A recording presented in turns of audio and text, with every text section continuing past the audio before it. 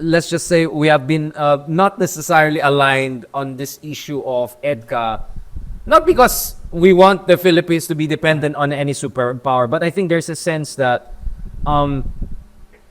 that the EDCA is becoming something even worse than what was negotiated back in the day. Like yours was EDCA light, which was still not good enough for a lot of people, of course. But this EDCA looks like another EDCA. Like this is an EDCA, put big American weapons pointing at the pesky Chinese so that they don't mess with us. And the sense of some progressivists, wait, you cannot defend the West Philippine Sea by selling out the country, the whole of the mainland Luzon or our Ilocos region. That's one take. My take though is like, kind of like Joe and Lai. It's too early to say.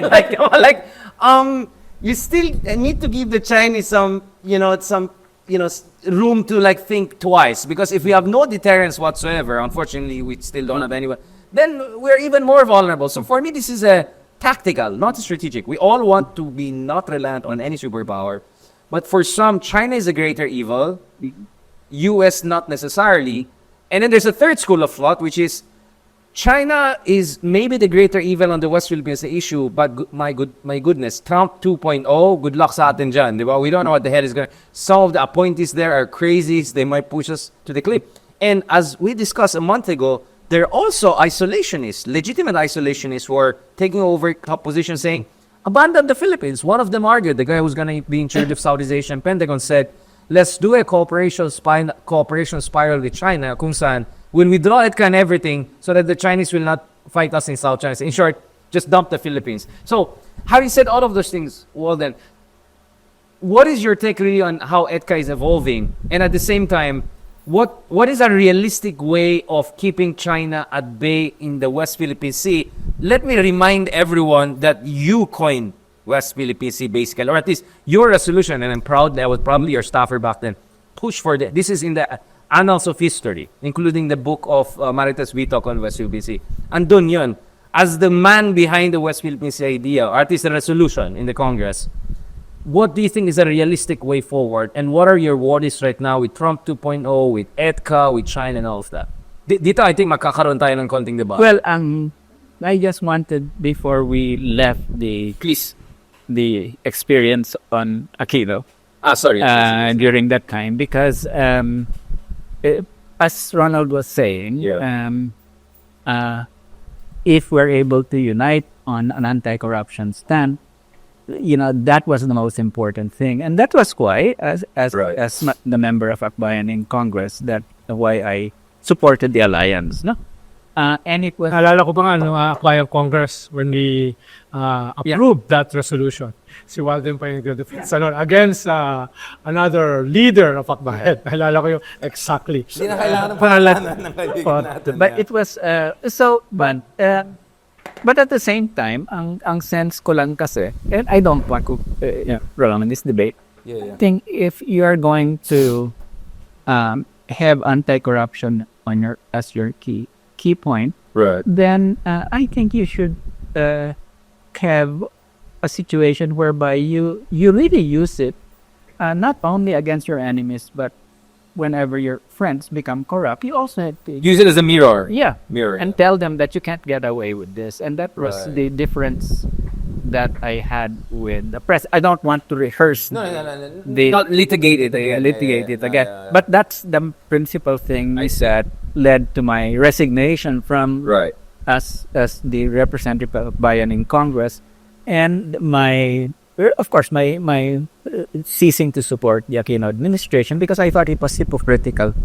If you're just gonna use it against your enemies but not against your friends. Now, so that was the situation then, and I also felt that you if you're in a coalition, you should be able to criticize. This is where we can to EDCA, because I think I really was very critical of EDCA, to the point where the president, in fact, told Ronald that I was more opposition than the opposition. Remember that, Ronald? Yeah.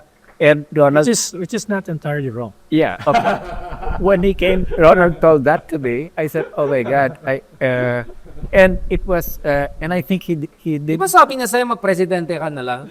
May time na pikon siya sa'yo. Sabi niya. Well, Professor, ikaw na lang mag-presidente. Di ba napikon siya sa'yo? Ganon. So, yun yung differences namin. Plus, mamasapan. But we need not go into that. Okay. No, that's US-China. I want to talk about, kasi kanina Duterte, Marcos, religious groups, US-China, it's all about this Cold War. Yeah. Okay. Well, first of all, my stand had always been that we should try to seek an independent foreign policy. In principle, we all agree. Yeah. And my sense was that we have to be very careful that we leave that open, and that we are not accused of taking sides in this split in this conflict between China and the United States. This is why I opposed Edca, because I felt that was basically putting our eggs into the pro-US side. This was back in 2014, 2015. And and I said that we're bringing the resolution to The Hague about China's positions there in the West Philippine Sea, and we're undermining our own legal position that we're bringing to The Hague because we have entered into this military agreement with the United States. The second thing that I pointed out is that, in fact, the United States was not making any commitments to defend us on the West Philippine Sea at that point in time. Yes, I agree. And you're making a military agreement with no real, and the reason you want it is because you want U.S. deterrence in the West Philippine Sea. And so that was basically what I was saying, is that it's the wrong move because it will compromise the legal position and that it gains you nothing. So the situation is that what I proposed then, and in fact I wrote about this in the New York Times, is a four-step process of negotiations. Let's deal with the demilitarization issue, and then only at the last step do we then deal with the territorial issue. So 1, 2, 3, 4. Right. Kasi this is the way that diplomacy should be Can conducted. you give a snippet of that? Because I remember the other New York Times piece we had all together debating about the Duterte. I missed this one. What was the fourth phase again? Sorry, I missed that. Sorry. Well, Okay, can we go the to first phase was that let's have an agreement whereby the Chinese would withdraw from their positions in the West Philippine Sea, and the United and the Philippines would withdraw from Edca. So Mutual disengagement. mutual disengagement yung unang-una, and then bring ASEAN in a very strong way to push for the demilitarization of the whole area, no? And then isettle muna natin itong military issues, and then we end up with discussing the territorial issue. Kasi yun ang pinaka-sensitive. Pero unless you have confidence measures that can bring you to the last point of let's discuss the territorial questions, it will be very difficult to achieve an agreement. Let me just say here that I think history has borne me out, because the U.S. said during the and in fact Bongbong even went to in April of last year, Kishida and trilateral meeting, that ironclad raw yung defense sa atin. But let me just say that, okay, when has the U.S. ever intervened in the fights or the conflicts between our Coast Guard and the Chinese Coast Guard? None. Zero. It was purely rhetorical. And because the U.S. Is not going to risk a war with China by taking the Philippine side in islands disputes. And we should have seen that from the very start, that mas malaki yung stake ng US than getting involved. It has never, in all of the conflicts happening now, although the rhetoric of Biden was to say, ironclad, none, zilch, has happened there. So if you're not getting any kind of real support from your partner, and all your partner really is interested is to make you a bastion for, containing China, why enter into this agreement at this point in time? So tama si Aquino he's even more opposition. Parang mas magaling pa yung argument mo kaysa DDS eh. But I agree with Walden. During that moment, during that interregnum, And then I'll bring in my own argument. was not very active. Thanks, well. That was- I forgot that. But in relation to the Philippines, they were looking somewhere else. Even yung pivot to Asia ni Obama, wala siyang substance. Wala. It was just a slogan, no? Nung nangyari yung Scarborough show. no? Ito hindi ko kinikwento sa maraming. I was sent to China. Para dahil ang tingin ni Pinoy, I understand socialism with a Chinese space, with Chinese Ikaw yung show and line namin. more than any other cabinet secretary. Yeah. No, ang Obertis Italianes daw yung pumunta. Pero Tago, pumunta ako doon. Nobody knew. So, dalawang backdoor pala nangyari. Nobody knew about that. Double backdoor. Some Politburo members. Yeah. I met Wang Yi. Pumunta ako Hong Kong. From Hong Kong, pumunta ako ng Beijing. Secretly. That was what's happening, no? But parang you're preparing to invade us, no? Yun ang sabi nila. Yun ang tanong ko sa kanila, no? Sabi nila, bottom line, hindi kami aalis sa South China Sea, sa Scarborough, sa Ayungin, etc. Bottom line, yan ang sinado nila, no? Dahil amin yan. Sabi ko, layo sa China eh. Layo sa China. Sabi nila, hindi, amin yan. No, yun yung pa nila. So, very close kasi ako sa Chinese ambassador, no? Ambassador Zhao. Zhao pala. Ambassador Zhao. No? Na makulit, dialectical mag-isip. And actually, ano siya? Medyo may rigor. Manchu siya, Ideological diba? at saka kwat. Yeah, galing siya sa Manchu. Minority. siya- Yung hindi grandfather niya was a Manchu general. Exactly, yeah. Tatay niya pinakulong during the Cultural Revolution. And nag-aaral sa Washington, D.C. Tapos magaling siya mag-English, then nag-aral siya sa George US, Washington no, University, etc. etc. So, naging close kami. So, we can agree to disagree. Yes. No? After nun, pumunta ako sa Vietnam para tanungin yung Vietnamese government. So, karanasan nila with engagement with China. Na-met ko yung kanilang defense chief, yung intelligence chief, at saka yung deputy foreign minister. No?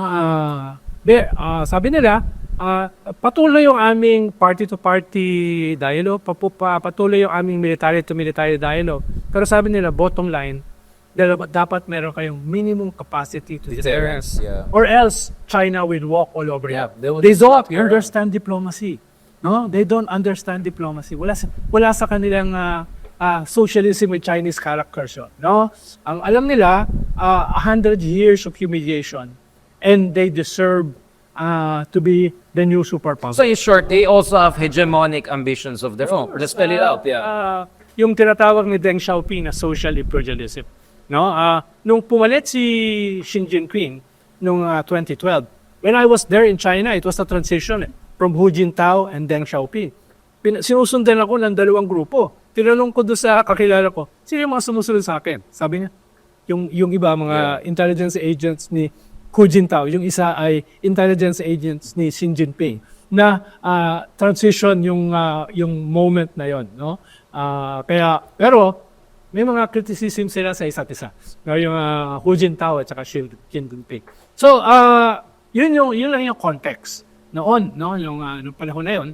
At pinaliwanag ko nga sa kanila, this is the only Philippine president na ang una niyang state visit was China, not the US, no?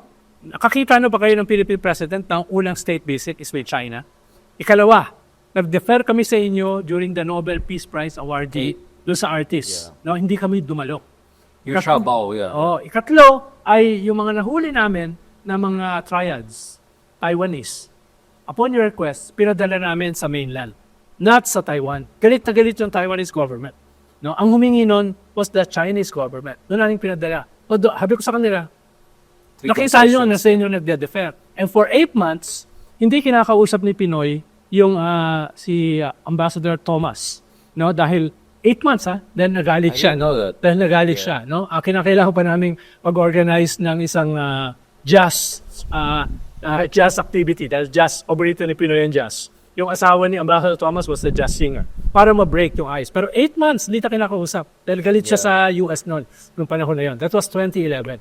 No? Kaya, from the start, hindi siya anti-China. Hindi rin siya necessarily pro-US. Galit na galit siya doon sa binigay sa aming barko ng US. Na walang kwenta-kwenta na rotary. Vietnam era, 50 caliber, hindi pumuputok. So, hindi pumuputok. Kaya tama si Walden na hindi masyadong concern ng US, yung Pilipinas, at the time. Pero, inuulit ko lang, I went to China to negotiate. No? Ang sabi ng China, no. Bottom line, amin ito. Mahaba pa yan, diplomacy, back and forth, no? 2014, nag-meeting kami, mukhang hindi na uubra ito. Ayaw na talaga nila umalis. At, ang game changer, they were already building their bases inside our territory, yung artificial islands. No? Tinatayo na nila. Kaya, nagrarally pa sila while noon is Chinese Embassy, remember, di ba? Kasama mo si Goles, etc. No? 2014, anong gagawin natin?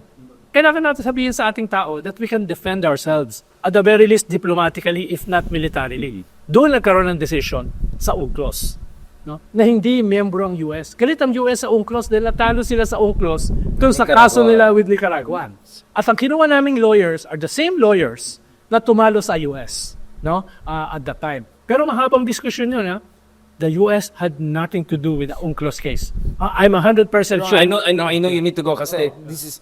Nililinaw ko lang. No, exactly. Ang point ko kasi dito, Walden. At nung pumasok sa EDCA, at that time, no, it was about, yung EDCA was part of the Visiting Forces Agreement na naaprubahan ni ERAP. Hindi yan galing sa panahon ni Pinoy. Without defending Pinoy, doon yan sa panahon. Kaya nga, medyo shell yung EDCA ng panahon ni Pinoy. Wala dong mga arms, wala dong rockets, no, wala dong, it's just wala rin commitment si Obama because he didn't want to take a fight. Although, binabanata namin yan, kami as akbayan, dahil ang mas gusto namin, yung Australian Visiting Forces Agreement. Na kung magkakaroon ng krimen, yung US troops, it will fall under our jurisdiction. Yun yung debate nun, no? Pero sinasabi ko lang, iba ito dun sa EDCA ngayon, no? I want to go to the economic, kasi ganito, Walden, my fundamental problem is this. In theory, I would love us to be more like Vietnam, but Vietnam has 6 kilo class submarines na advanced Russians better than ones. They have advanced MiG fighters. They have 600,000 strong mobilized forces and half a century at least of combat. So, and 3 wars with China. Exactly. So, that point, and 1,000 years of struggle. So, for me, the Vietnam parallel just doesn't work with the Philippines because we don't have the basic even capacity whatsoever, and we don't have the strategic culture of self-reliance and the sophistication of Vietnamese. So if there's no US backing whatsoever, China will just slap you around. Second, ASEAN. I was just in an ASEAN conference last month. Not a single even beep about West Philippine Sea. In fact, if anything, si Anwar Ibrahim, our good friend, the Filipinist, he said, I don't want to be like the Philippines. Troublemakers. We want to be good with China. Like, they're throwing us under the bus openly, Walden. So, I'm immediately having 2 problems here. First, 2 steps mo pa lang, parang, I don't think the Chinese will respect you if you have no deterrence whatsoever. Even the Vietnamese, they're being slapped around sometimes. Forget about it. And second, ASEAN is, I'm sorry, they're worse than useless. They even enable China. And then on your point about US not committing, and this could be a double-edged sword, in 2019, for the first time, Pompeo came here and said, any attack on your troops, vessels, will trigger. And Wallen, ito ba, last year, openly US said we are willing to join you in patrols to the Ayungin Shoal because meron tayong mutual defense. Pag binaril yung mga troops mo dyan, activated yan. So, facts have changed Walden. And for me, in principle, I agree with you. In fact, Mahathir, I interviewed him in 2019. He said almost exactly the same thing as you. Demilitarization. But for me, all of that presumes that China will agree to any kind of withdrawal. And I just don't see them doing that given their logic of imperial strategy. US is an imperialistic power. They have done horrible things. I've spent time in the Middle East. I know horrible things. But from the stories of my grandfather's Soviet occupation in the region in Caspian, I know there's also Eastern imperialism. And what I see with China today is also imperialism, in my opinion. So that's my consider right now. That we're too much focusing on the U.S. imperialism, but we're not paying attention to the Chinese imperialism. Let me just. Sorry, I just had to get that out. Sure. Let me just raise a couple of points here. One is that I've been very clear from the very beginning, in all of my writings, Right. that the Chinese method of resolving the conflicts in the West Philippine Sea is fundamentally wrong. Wrong, yeah. That basically you do not just unilaterally assert your sovereignty, especially since it violates the United Nations Convention on the Law of the Seas. No, I think that's the first thing, and which is why I sponsored that amendment or not resolution, changing the name of the South China Sea, West Philippine Sea, as one of the diplomatic ways, but asserted, to tell the Chinese that, hey, you're being quite nasty over here. The second thing is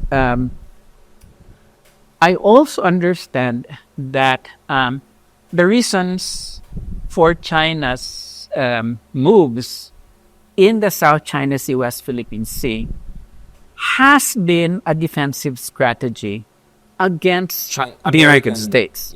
Because the one thing is that the South China Sea is practically an American lake. Okay, the Seventh Fleet. Pacific is an American lake. But the Seventh Fleet was there 10 months out of every year. And basically, what you have are warships that can go up to 12 miles off the coast of China. Okay?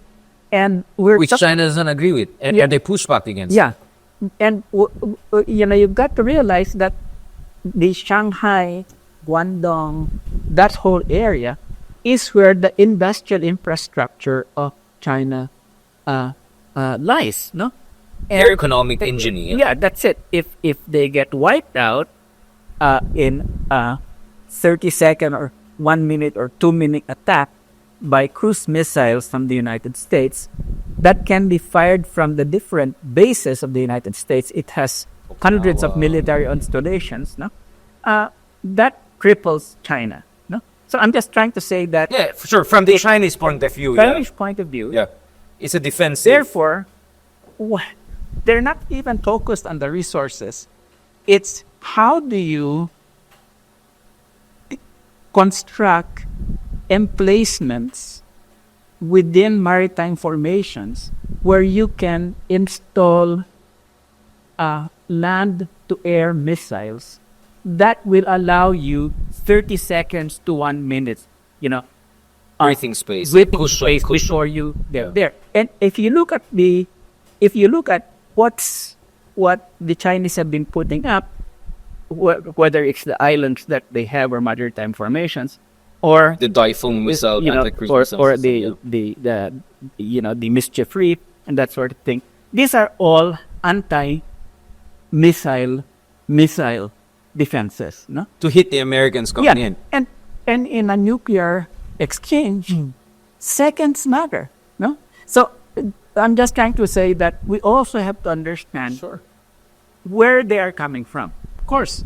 Ang sinasabi ko ng Walde ay, una, hindi kailangan ng US ng Edca for that military purpose. Nandun sila sa Japan, nandun sila sa Korea, nasa Guam sila, with modern missiles, especially dun sa kanilang mga satellites, hindi nila kailangan. Kalawa, Singapore too, they are trying. Kalawa ay nauna yung China magtayo ng mga floating aircraft carriers, no, ng mga islands, no. Ako itutulong ko dun sa mga Typhoon missiles, ngayon dito. Pero ang sinasabi ko lang, that came much later. No? It was center na una. Kaya ang sinasabi ko, yung Asia pivot ni Obama has no substance, no? Has no substance. Right? Yun yung kwan. Walang kwan nun, ha?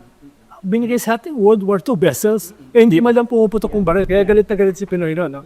May panahon na yun. Kaya pumunta kami sa UNCLOS, no, at that time. It has nothing to do with the Americans. Yun, sigurado ko yun. Kami nagdedebate na at that time. At kinuha namin na mga abogado, yung tumalo sa US, abogado ng Nicaragua, doon sa kanilang dispute with the US sa UNCLOS, na inuulit ko, hindi membro ang US. At ang ginamit namin to win are basically old Chinese maps to show na even in the Chinese dynasties, they never included in West Philippine Seas. Kaya maganda yung ginawang resolution ni Walden.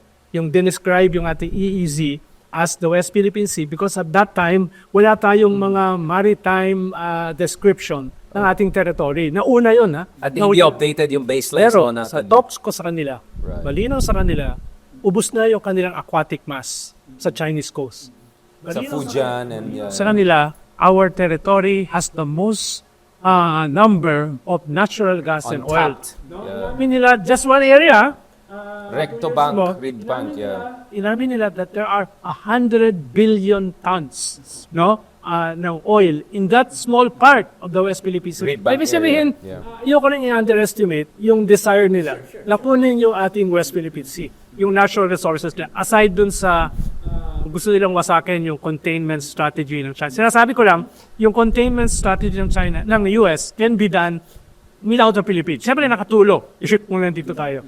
But they've been doing that for decades with Taiwan, with Japan, and with Korea. Pero ang dalawang issues namin was the West Philippine Sea, na pinanggalingan ng resolution ni Walden at saka ng Akbayan. Tapos yung freedom of navigation sa high seas. Because 30% of global trade dun dumadaan. No? Yun yung concern namin. Taiwan, wala kaming masyadong issue dyan. It's a one-child policy. But the Taiwan one matters. But the Taiwan one matters because one big issue on Edca bases are mostly to the north. Taiwan is there. So are we okay if they invade Taiwan and take over Taiwan? They'll get our immediate neighbor. Are we okay? Like, what do you want to happen if Taiwan is invaded? First of all, just a number of points. I agree with some of the points that Ronald raised, especially the importance of the diplomatic legal offensive that we had in The Hague. Right. And that's why I thought that was extremely important not to undermine that by entering into a military agreement with the United States. Kasi once you enter that, you really lost the moral high ground that you're basically saying, that's what we're after. And I could even predict what the Chinese were going to do.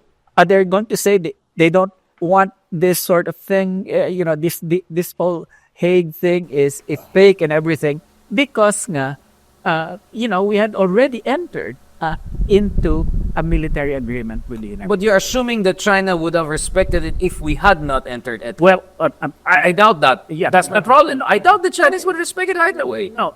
Damn if you do, damn if you don't. Basically, what I'm saying is that we really have to be very careful about our moves.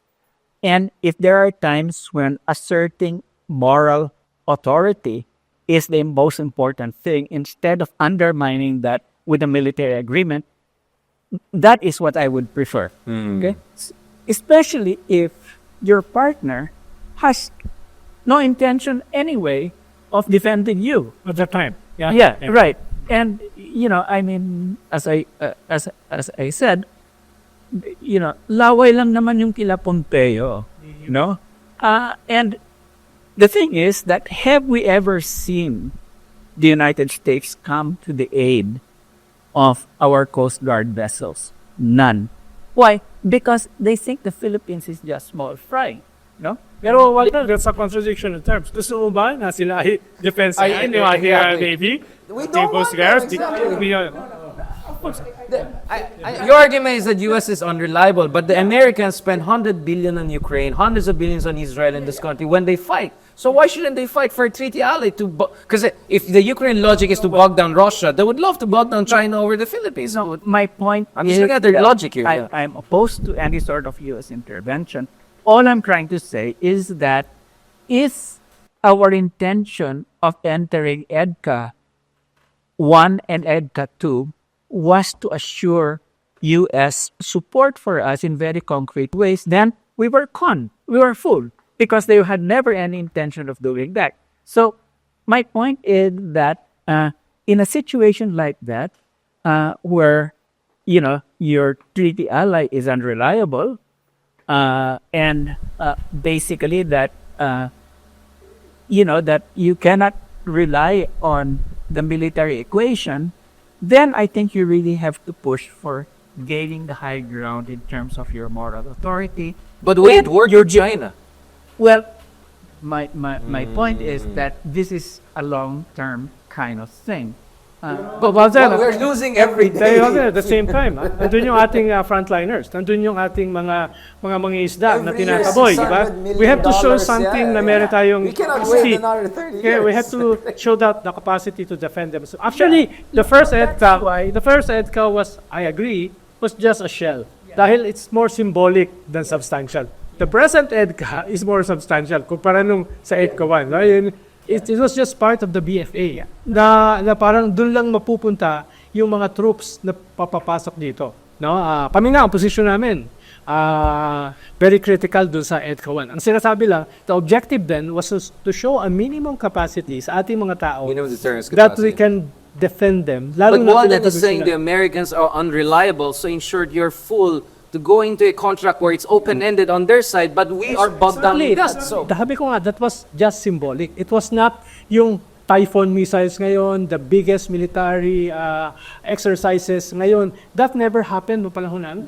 Hindi na nangyari. so what about the idea that we Mas ang highlight nga ng panahon namin was the West Philippine Sea name. But Ronald, the point is Walden is saying is that even the symbolic vacuous EDCA just gave China more excuse to double down. So in short, self-defeating pa rin yun. Lalo na kung wala yun. Ayun ang sinasabi namin, dahil diplomatically, we did almost everything eh. No, we did almost everything. Bending backwards, no? Sabi ko nga, I went twice. I was the only Filipino to speak at the Communist Party school sa Beijing. I was the only Filipino to speak at the Party Congress of the Communist Party.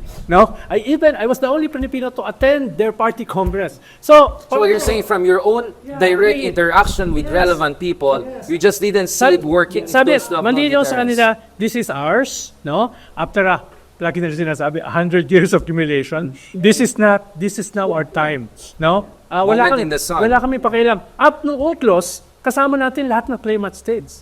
Two of them even promised to file the same case sa UNCLOS, Vietnam and Indonesia. Afterwards, nung nanalo na tayo, sinisingil ko sila.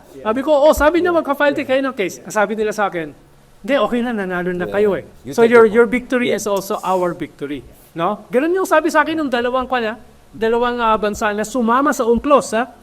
Kaya, But my point is, like Walden, my challenge to you, and I want you to respond to that. My challenge, Walden, to you is, I do agree that sometimes, more than sometimes, we're not negotiating well. They have us on the cheap, if I can put it that way, right? I get it. Ang point ko lang dito is that, but we have to also agree, whatever is it, that China is having its own hegemonic imperialistic moment. So how do you realistically respond to that moment? Or you're disagreeing that China is having its own imperialistic hegemonic moment? As I said, I am fairly critical of China in the way that it's behaving in the West Philippine Sea. sila wate nga yung naglagay ng mahabang, ano ba yun? Measuring stick to measure the line, that line. Let Walden respond. Yeah. But I guess my point here is that the measures we are taking, which is to continue to supply our forces over there, plus what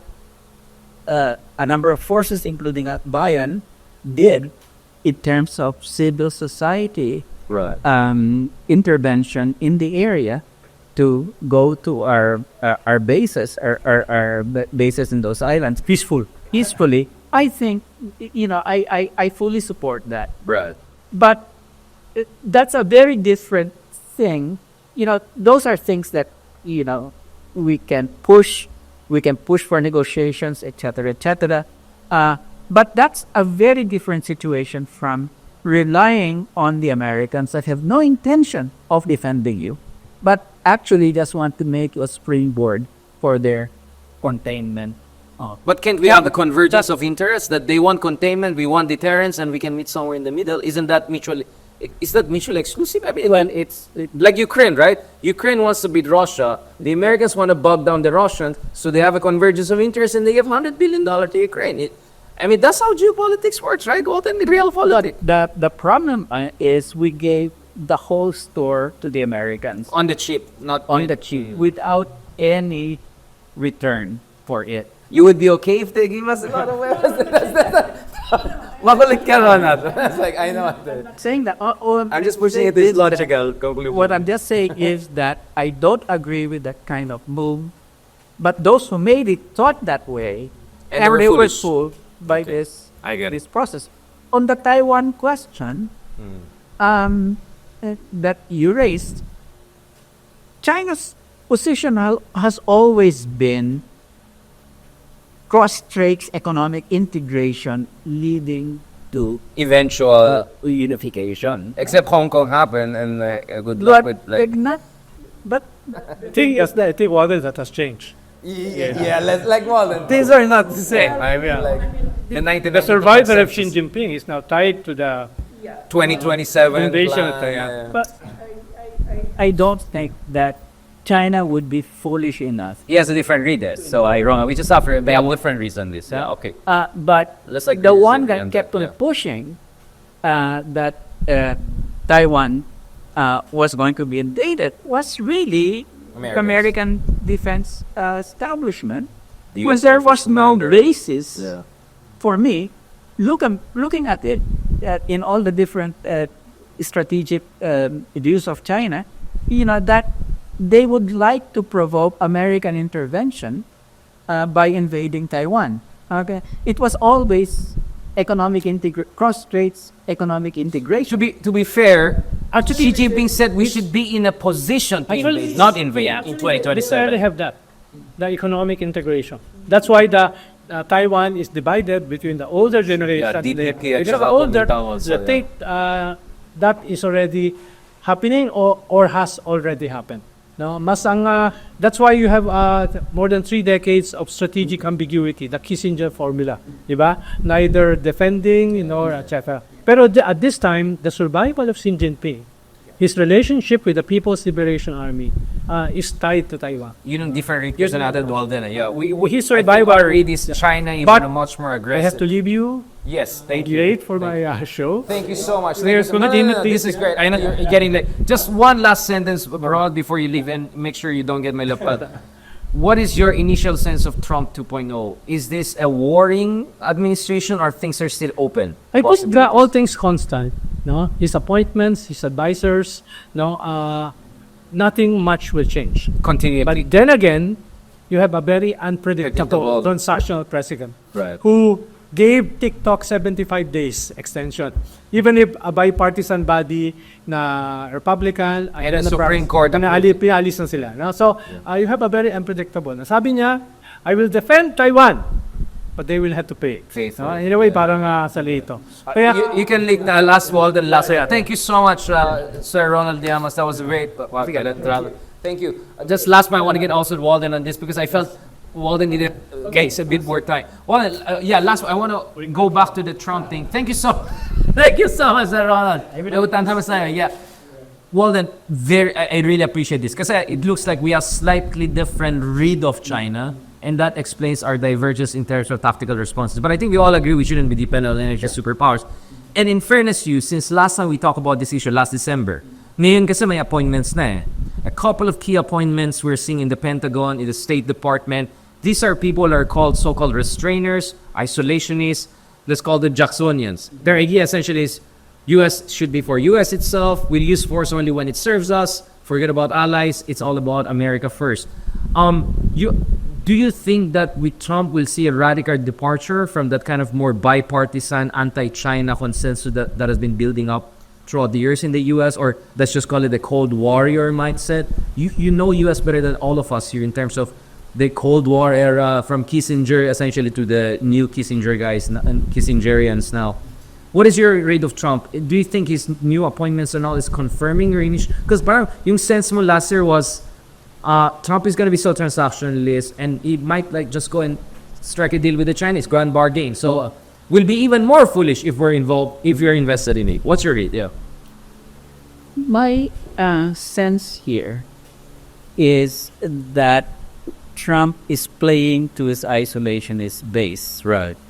And that's a very strong base who basically would like the U.S. to focus inward, Yeah. reindustrialize the U.S., basically put the focus on raising tariff wars, keeping immigrants out, and basically the whole idea of the isolationists, which I think Trump is instinctively, is to focus on the United States and the Western Hemisphere. Yeah. Monroe Doctrine, essentially, Yeah. for the 21st century. Yeah. And the second thing is that if you remember, Right.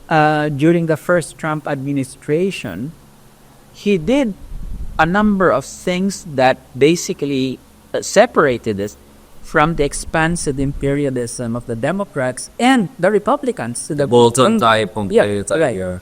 And among them was he basically tore up the Trans-Pacific Partnership that every Republican and Democrat wanted.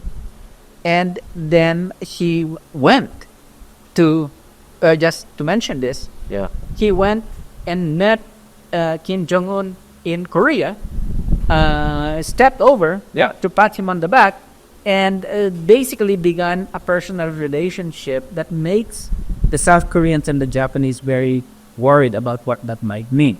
Because will he strike a deal of lowering the U.S. military presence in South Korea and Japan in return for some sort of deal with Kim Jong-un? So I guess, and then,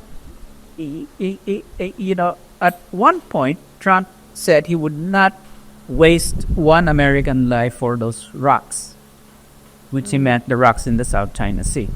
So I think we have a non-internationalist president Yeah. of the U.S. at this point, where Who doesn't believe in commitment? he doesn't believe in commitments. He doesn't think that you have to defend certain order, defend freedom everywhere, rules space international order. etc., etc. But is more interested in some kind of retrenchment that would allow the focus to the U.S. to rebuild. Now, but as Ronald says, he's very unpredictable. His instincts may be isolationist, but he's also quite unpredictable. So He has ego also. basically, I think what we're going to see is the U.S. will begin to have a kind of spheres of influence kind of approach, and that its main sphere of influence is the Western Hemisphere. Yeah. And I think that with respect to the Middle East, I think it's just going to let the Israelis do what they want. Okay. Africa will be completely marginalized. South Asia, I'm not exactly sure, although we close ideological. Mali. And Europe, a lot of tension. And Europe will just be left to fend for itself. And my sense is going to reach a deal with Putin. And so what does that mean for the Asia Pacific? I think this is, I don't think the Americans, especially the isolationists like Trump and his people, would really want to put much investment to the military containment of China.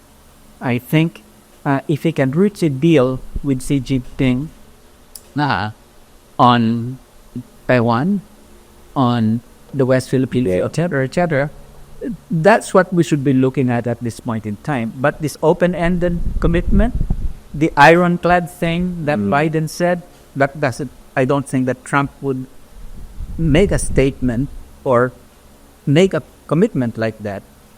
So we're in for a very tumultuous period where we can no longer assume that U.S. foreign policy will be what it was under Biden. Or even Trump 1.0. Even Trump 1.0. Zero. Yeah. So for me, I think I would look at this as an opportunity for the Philippines to really chart out an independent foreign policy. And does it mean kind of like a multi-alignment of working more with Indians and the Turks and Koreans and different countries, but no really involvement in some sort of containment called? But aren't we slightly already doing that? We're working more with Indians. I was just with in India the other month. They're selling us weapon systems. We're working with Sure, but we really don't have strategic culture of self. we really don't have a coherent foreign policy aside from what the Marcos administration has done, which is to outsource our foreign policy, our defense policy to the United States. That's what they did under Biden. Isn't that what the Philippines has been doing since Second World? Yeah, but there were efforts in some of this administration. Even the first Marcos said the father. The father, To try even to- Ramos, He tried to sort of carve out Yeah. a space, but then all that got lost under Marcos Jr. Where everything is now outsourced, and I don't think even the DFA or our national defense is going to disagree with me that much of it has been outsourced to Washington. So I guess what I'm trying to say is that, of course, there are many challenges in the coming period, but I think we should also look at this as a chance to really formulate a really independent foreign policy. We work with diplomacy, we work with what we have, and we disengage from useless defense agreements like Edca, and to see, in fact, that we're entering a period where the big superpower, the United States, is now looking inward, and we are the least of its concerns.